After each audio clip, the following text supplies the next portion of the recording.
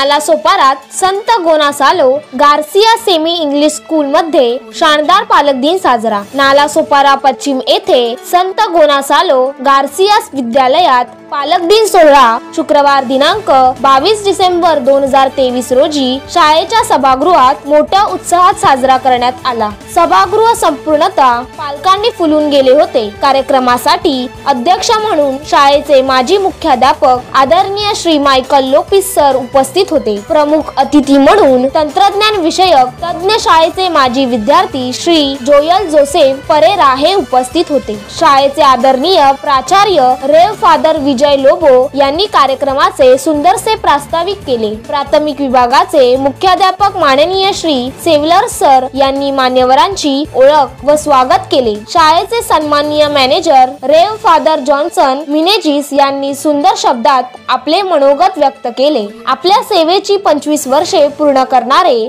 Shri Swapnil Pereira, Shri Lawrence फर्गोज, सौ अपर्णा परेरा व शिक्षकेतर कर्मचारी श्रीमती हेडविजीस परेरा आदींचा मान्यवरांच्या हस्ते शाल व श्रीफळ देऊन सत्कार करण्यात आला। जवळजवळ 250 विद्यार्थ्यांनी विविध अंगी सांस्कृतिक कार्यक्रमात सहभाग घेतला होता। विशेष म्हणजे महिला शिक्षकांनी मंगळागौरी या संगीतावर ठेका धरून सर्वांना चकित केले। संपूर्ण कार्यक्रमाचे उत्कृष्ट सूत्रसंचालन कुमारी शिफा शेख व कुमार नुरेन शेख या विद्यार्थ्यांनी पार पाडले।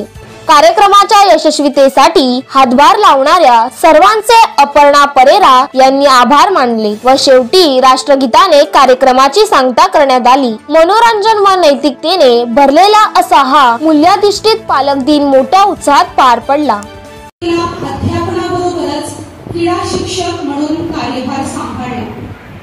त्यांच्या काळात कुमार राहुल रॉड्रिग्स याने थाळीफेक स्पर्धेत जिल्हा स्तरापर्यंत मजल मारली।